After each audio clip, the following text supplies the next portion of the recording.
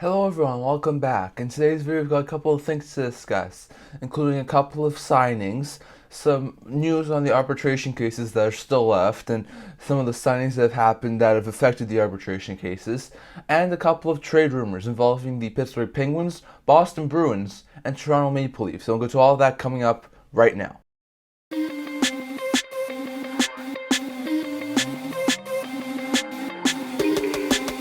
Hello and welcome to another video here at the End-to-End Hockey Channel. Now, as usual, for this video, I'll kick things off today again with a couple of signings. On Saturday we did a mock draft video, so I thought it would be a good video to do with everything being pretty slow in the trade market and the signings over that period of time. But now we got a couple of signings to discuss that have some pretty good significance on them. So we'll start with signings that we haven't gotten to yet up to this point. So first we'll start on Thursday. There were two signings. First, the Arizona Coyotes came to terms with one of their prospects, the top prospect in their pool, and probably one of the top prospects in the league, in center Logan Cooley, to a 3-year ELC with the AAV of $950,000. Now, right after the Arizona Coyotes announced that they were not going to be able to get the Tempe Arena, and they said that the Tempe Arena failed, it sounded like Logan Cooley said that he was not going to turn pro this year, and was going to go back to the University of Minnesota and play one more season in the college. But after the Arizona Coyotes started to make some moves, kept players around, started to become a little more competitive, it sort of seemed like it changed Cooley's mind a bit, and he decided that he would indeed sign his entry-level contract. So that's a big boost for Arizona. Cooley was the third overall pick in the 2022 draft. He looks like a big piece of this franchise's future, and he should be, at the very least, a second, if not a top-line center for the Coyotes this season. So that was a really big boost for the Coyotes, and again, under contract is huge, and definitely I would expect him to make the NHL roster and be a consistent top 9 piece of that Arizona Coyotes team, and continue to work his way up the lineup until he's a solid first line center for that team. And then the other big piece of news that happened on Thursday last week was the Ottawa Senators have signed Vladimir Tarasenko, the biggest free agent left on the market for the past, 3 weeks, to a 1-year deal with an AAV of $5 million. So that's a huge deal, in my opinion, and that's a great deal. Tarasenko is a solid goal scorer. I think at $5 million for 1 year, he should definitely live up to that contract, as long as he can stay healthy. Tarasenko's been known to put up 30 goals in the past. He even has a 40-goal season, so if he can give the Senators something of like 30 goals and 60 points this upcoming season, I think Ottawa would definitely benefit from it. And now you add Tarasenko, who's been a proven 30-goal scorer and scored 40 goals at one time. You add Grzelyck, who scored 20 goals before and added a 30-goal season one time.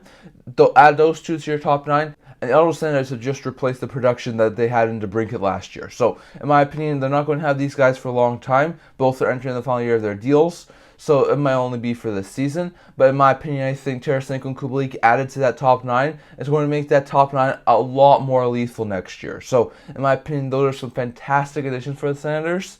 The one big problem for Tarasenko is that it gives them only $1 million left of cap space, and they still have to sign a key cog of their top 9 in Shane Pinto, who's a solid third-line center, who's probably going to get somewhere between $2.5 and $3 million on his new deal, as he's an RFA.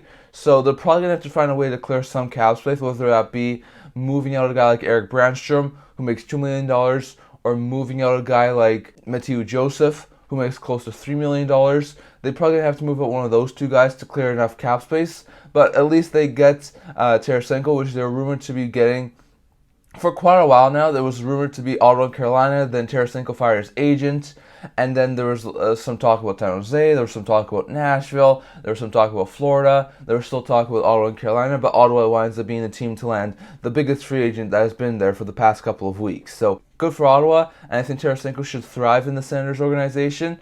Then we had another entry-level contract signing last Friday, with the Buffalo Sabres signing Zach Benson to a 3-year ELC with a $950,000 AAV. Once again, Benson, 13th overall pick in this 2023 draft, another solid player who was drafted pretty high from the Buffalo Sabres. A lot of people thought Benson would go top 10, so him dropping to 13th to Buffalo was a gift. Everyone thinks that Benson should do fantastic with Buffalo. Him and his teammates from the Winnipeg Ice in the WHL from this past year, and Matt Savoy, should both play with the Buffalo Sabres, so good to see Benson get his ELC. Once again, probably will go back to juniors for this upcoming season, but I think either next year or maybe the year after you're in the AHL, Benson should for sure be able to be a lethal top 9 option for the Sabres. And I think whether it be in their third line or their second line, he's going to be a decent middle six scoring forward for the Sabres for a long time to come. So a solid signing there for the Sabres. We also got a signing on July 30th. Now, on July 30th, we were supposed to have 2 arbitration cases. One was Jeremy Swayman, which we'll get to in a couple minutes. The other was Jack McBain. And a couple minutes right before Jack McBain's arbitration case was supposed to go through, the Arizona Coyotes and Jack McBain came together and worked out a contract extension. So McBain was looking for somewhere around 2.45, I think, on a new deal for 1 year, and the team was looking for a 2-year deal at around $1.4 million. And the deal wound up being that the Coyotes were able to sign him to a 2-year deal before the arbitration case happened at an AAV of $1.599999 million. So no idea why they didn't make it 1.6. That $1 really must have been really important to the Arizona Coyotes, but nonetheless, they are able to get McBain signed. It's a solid deal for McBain. He's a solid third, fourth line center at this point in time for the Arizona Coyotes. So I definitely think he should be able to really live up to that contract. Definitely, I think it was good to see that they didn't go through arbitration, and I think getting McBain signed before then, it was a really good move for the Arizona Coyotes. So in my opinion, that was a solid deal for Arizona, and we'll have a buyout window opening in the next little while, which we'll get to in a second. Then yesterday we had a handful of signings, some pretty big ones at that too. The Montreal Canadiens signed winger Jesse Ylonen to a 1-year, 2-way deal with AAV of $775,000. Not too bad of a deal. Ylonen got into a couple of games over the past couple of years due to injuries. He's a decent forward who could see challenge for a bottom 6 role, but with the Canadiens' depth on their forward group and the amount of good players that he has in front of them, I would not be too shocked if Ylonen was sent down to the minors and started the season in Laval in the AHL. I would not be too shocked if that was the case with the Canadiens. So, once again, solid signing. I think he'll definitely eventually be a good bottom 6 forward. I think he could challenge for one this year, but I think he's more of an AHL level forward for this upcoming season. So, definitely going interesting to see.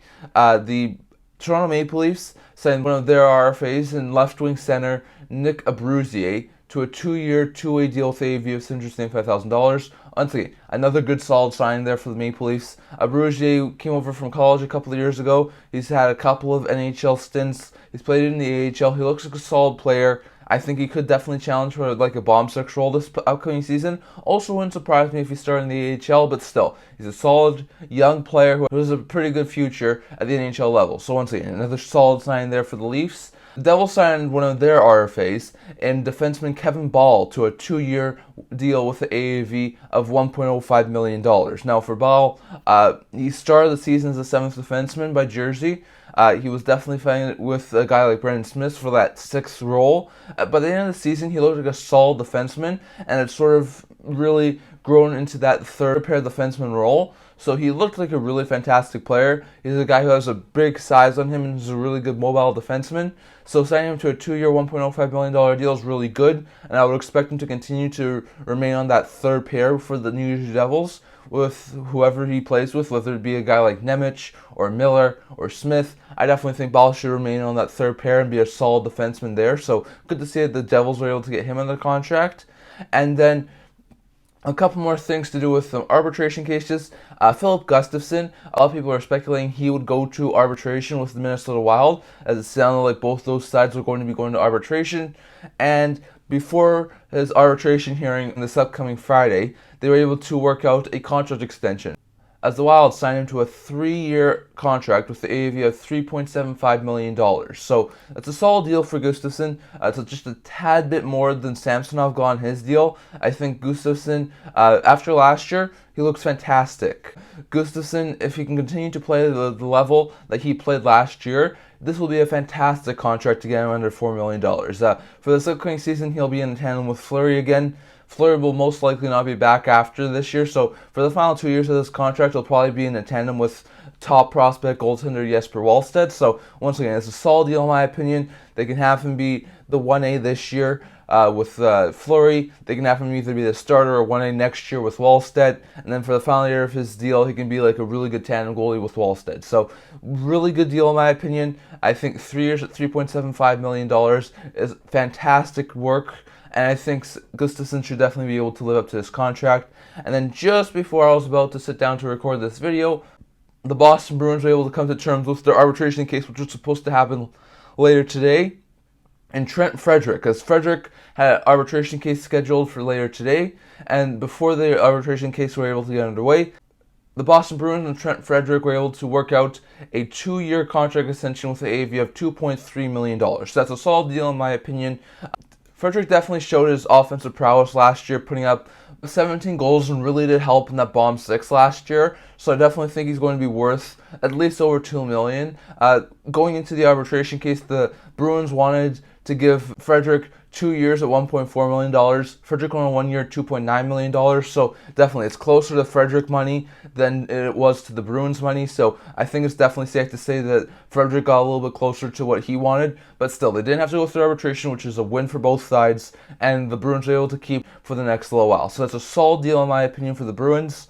And I think that's going to be a fantastic addition there. But once again, it's going to hurt the cap space, and we'll get to that in a couple of minutes. So that's all signings I'm going to get you here today. As of right now, there's definitely also been a couple of other things.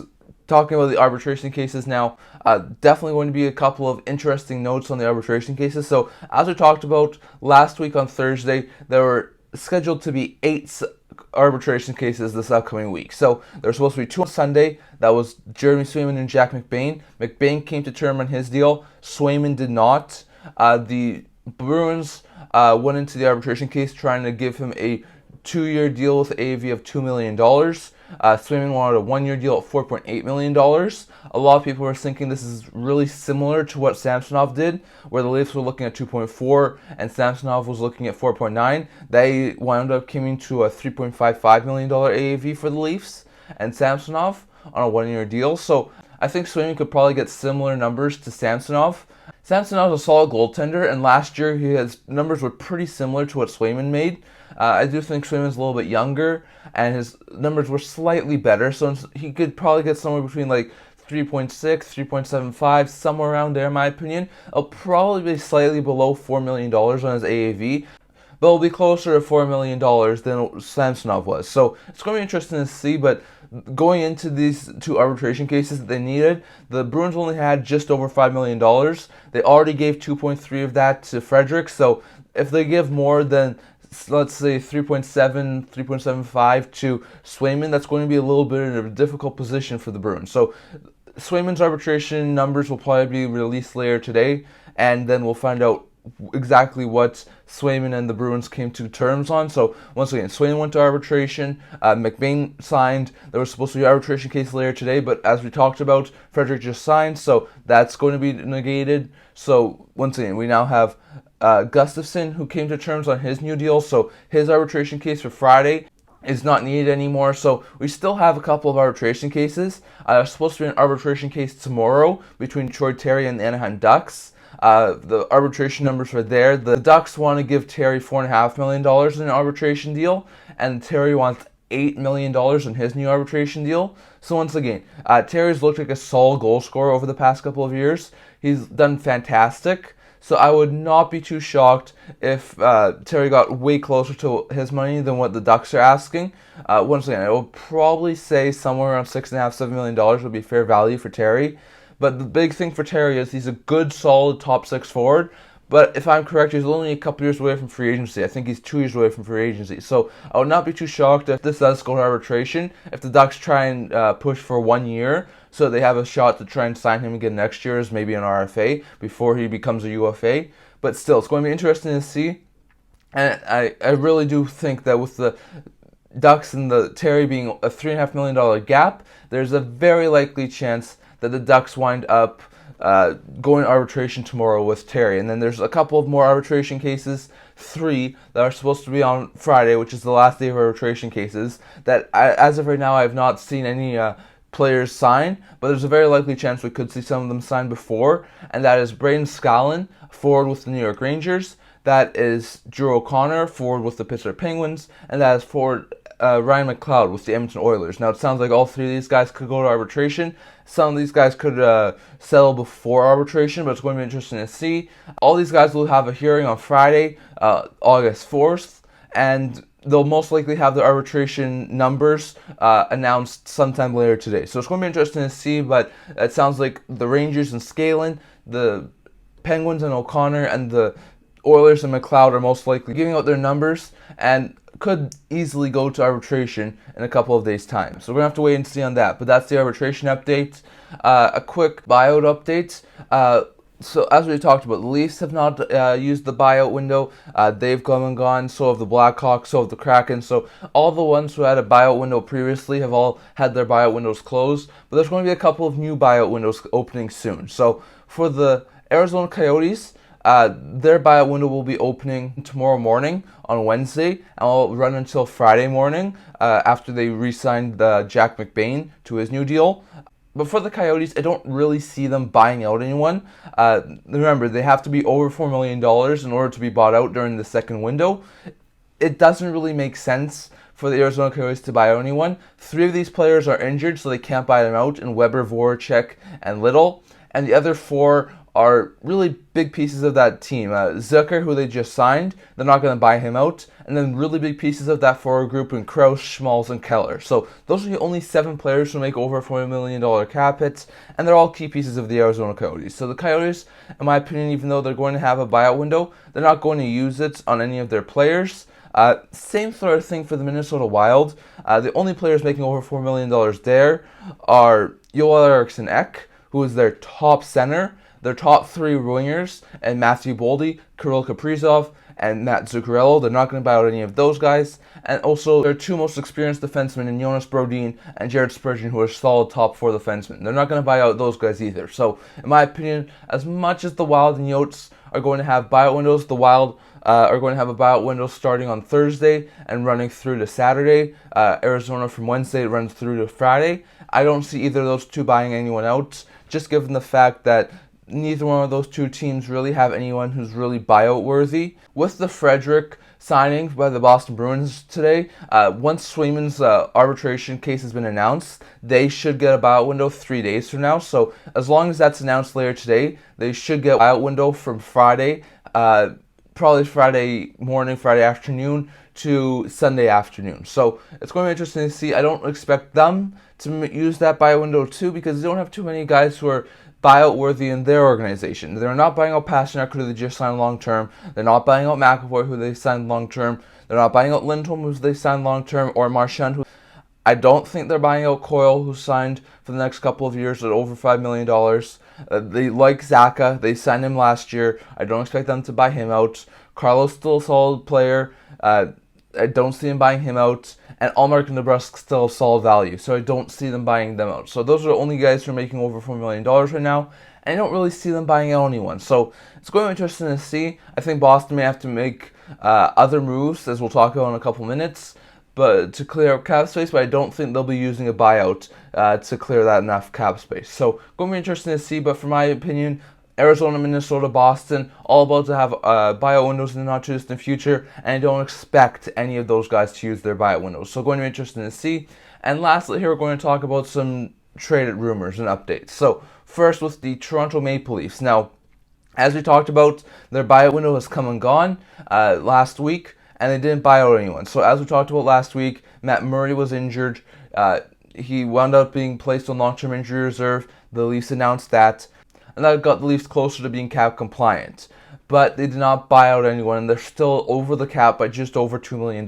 So there's a couple of ways that the Maple Leafs can try and free up cap space to become cap compliant for this upcoming season. Now, the 2 most likely options would be either TJ Brodie or a couple of people being placed on waivers. Now, the second option is maybe the most likely at this point in time. You have a couple of players in Sam Lafferty, who makes $1.15 million for this upcoming season, and Connor Timmins, who has a $1.1 million cap hit for the next 2 seasons. Those 2 combined have a $2.25 million cap hit, which would, if moved down, make the Leafs cap compliant. So that would definitely be an interesting move.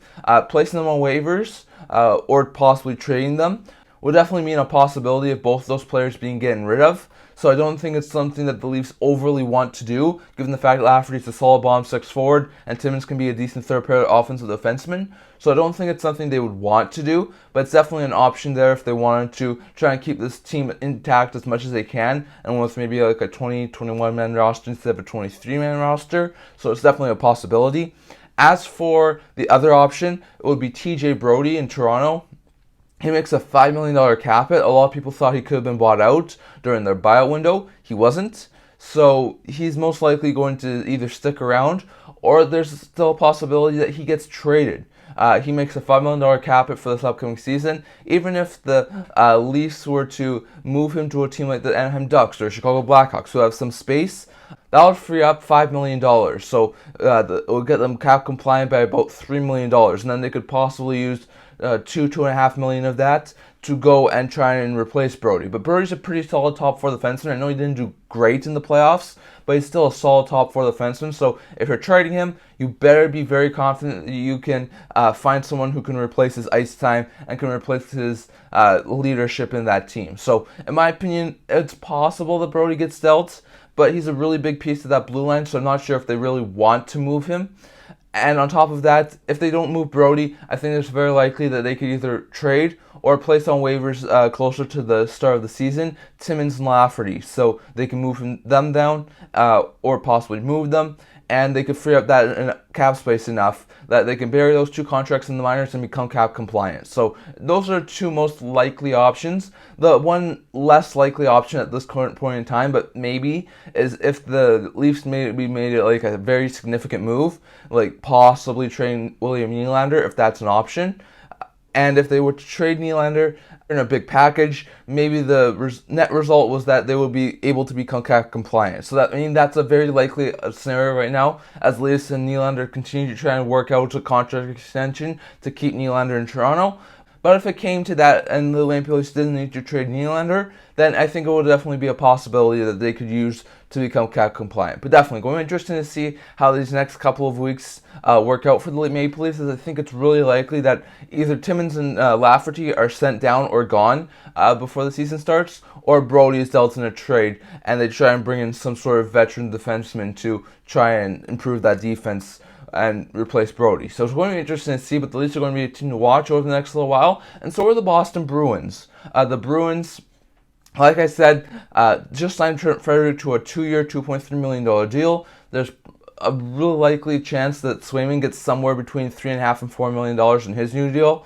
So that's going to eat up all of their cap space. And there's been a lot of talk that they do not want to go into the season with a center tandem of Zacha and Coyle, as those two are most suited to be a second and third line center, not a top line and second line center. So if they could improve their forward group, they would love to. I've talked about this before, about how guys like Scheifele, Lindholm, maybe even Kuznetsov would all be interesting options and possible trade options for the Bruins if they could get those guys. But they would have to move out cap space at this point. It would definitely be a money in, money out thing for the Boston Bruins. So there's definitely some options, but I would definitely think that if the Bruins were to upgrade at the center position, someone would have to go. So I've heard some people say possibly Jake DeBrusk. He has 1 year left, $4 million. He's a solid top six winger. He's shown that in the past couple of years for Boston. But at the same time, he's entering the final year of his deal. He may be winding up walking as a free agent next offseason. So if they can improve that center depth, because they do have some pretty good depth on the wing, but if they can use DeBrusk as a trade option to improve that center depth, I think it's a possibility for them to possibly try and do that. Early in the season, it's not like they were considering trading Ullmark. They could still try and do that to free up cap space. He has, I think, 2 or 3 years left at $5 million, so it would definitely be a decent option. If they could get a backup goaltender, either in free agency or via trade, in a possible Ullmark trade, if they can get a backup goalie who can work with Swayman, they could definitely try and move Ullmark to try and improve that center depth, move Ullmark to a team who needs a starting goaltender, and then use that compensation to try and go after a guy like Elias Lindholm or Mark Scheifele. So it'd be interesting to see, but I definitely think that Ullmark's another guy who could be moved. There's also a possible of defenseman Matt Grzelyck, who has a year left at $3.6 million, or Derek Forbort, who has 1 year left at $3 million, is possibly being moved.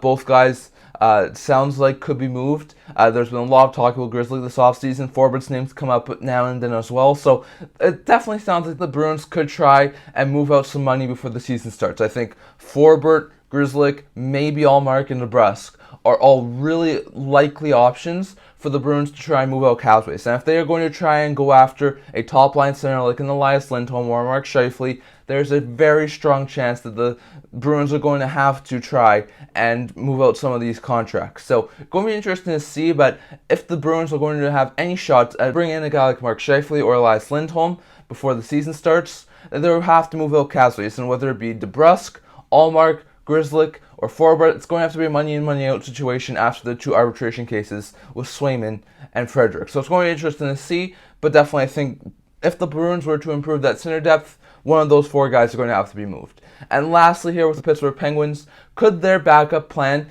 if they aren't able to get Erik Karlsson, be Noah Hanafin? Now there's been some talk I've seen over the past couple of days saying that the Pittsburgh Penguins and the Calgary Flames have re-engaged in possible trade talks around Noah Hanafin. Now I'm not sure if that's completely true, but we know the Pittsburgh Penguins are one of the likely teams to land Erik Karlsson. We know that's going to be an extremely complicated trade. We know that the Sharks don't want to retain too much on Erik Karlsson, and they don't want to take on a bad contract back. Teams like the Blackhawks and the Ducks, who would be willing to take on a bad contract from Pittsburgh, like a Jeff Petrie, would want a solid piece of compensation in return. So something like a first-round pick, which I don't think the Pittsburgh Penguins would be overly thrilled in doing. So it's going to be interesting to see what happens. Like we said, once Pittsburgh finishes the arbitration case with Drew O'Connor, they'll get a buyout window. They could buy out a guy like Jeff Petrie or Mikael Granlund and possibly move the other guy. So it's definitely interesting to see. But I think it's very, very likely that Pittsburgh buys out someone. But even if they buy out someone, they would still need to move out a contract. So it'll be extremely difficult to make a trade work with Erik Karlsson. With all the pieces involved, trying to move out a contract to a third team, trying to not give up too much in that trade, trying to get the Sharks to eat a lot on Erik Karlsson's contract, trying to work out a solid package for the Sharks that works for them but also works for the Penguins. It's just a really complicated trade to do. So if the Sharks are not able to move Karlsson to Pittsburgh and it starts to take a while and Pittsburgh doesn't really want to go there anymore, could the Calgary Flames and Noah Hanafin be a possible option? Now, I know closer around the draft and free agency, there was a lot of talk that Hanafin was a possible trade option for the Pittsburgh Penguins. It sounded like the Penguins were considering possibly getting Hanafin. But once they were talking with the Sharks about possible Erik Karlsson trade, it sounded like a trade didn't really materialize for Hanafin. But it does make sense that they could try and look to improve their defense by adding a guy like Hanafin. If they could move a guy like Marcus Peterson or Jeff Petrie to offset the money in a Hanafin trade, they move a young prospect like a guy like Ty Smith, Sam Poulin, maybe they move a guy like Pierre-Olivier Joseph, and the first round pick that's maybe like top 5, top 10 protected. I think that would be enough to get a Hanafin deal. It would be a lot more simpler and smooth, and especially also would work a lot better money-wise than an Erik Karlsson trade. So definitely more interesting to see, but if the Pittsburgh Penguins are not able to go through with this Erik Karlsson trade and are not able to get Erik Karlsson from San Jose and it's not able to happen, I would definitely think that there's a strong possibility that Hanafin's their backup plan. And if Hanafin's not dealt to another team, I think it's very likely that if this Karlsson deal doesn't happen with Pittsburgh, Pittsburgh circles around and goes back to see if they can try and acquire Hanafin. So definitely interesting to see, but that's all I want to talk about here for today. Definitely love to hear what you think down in the comments. What do you think about a possible Maple Leafs trade? Would they be more likely to trade TJ Brodie to free up some cap space, maybe go after a different type of defenseman? Or would they be more likely right now to trade and put on waivers Lafferty and Timmins and try and free up some cap space that way? Do you see the Bruins adding a top-line center before the season starts? If so, would they have to move a guy like Ullmark or DeBrusk or Grzelyck or Forbort to make that sort of a deal work? And if they do have to move one of those guys, which one do you think is most likely in your opinion? Definitely love to let you hear your thoughts. And on top of that, if a Karlsson trade does not materialize to Pittsburgh, do you see them possibly going after a guy like Noah Hanafin? I think it's an extremely likely possibility, and I think Hanafin on that Pittsburgh Penguins team would definitely improve that team. So, going to be interesting to see, but definitely love to hear your thoughts down in the comments. That's all I'm going to talk about for today. Remember to like this video, and if you really liked it, remember to subscribe down below. I also do a blog talking about news, rumors, analysis, stuff like that, so definitely check that out. I'll leave a link to that in the description below, and I can't wait to see you guys all for the next video. See you guys soon.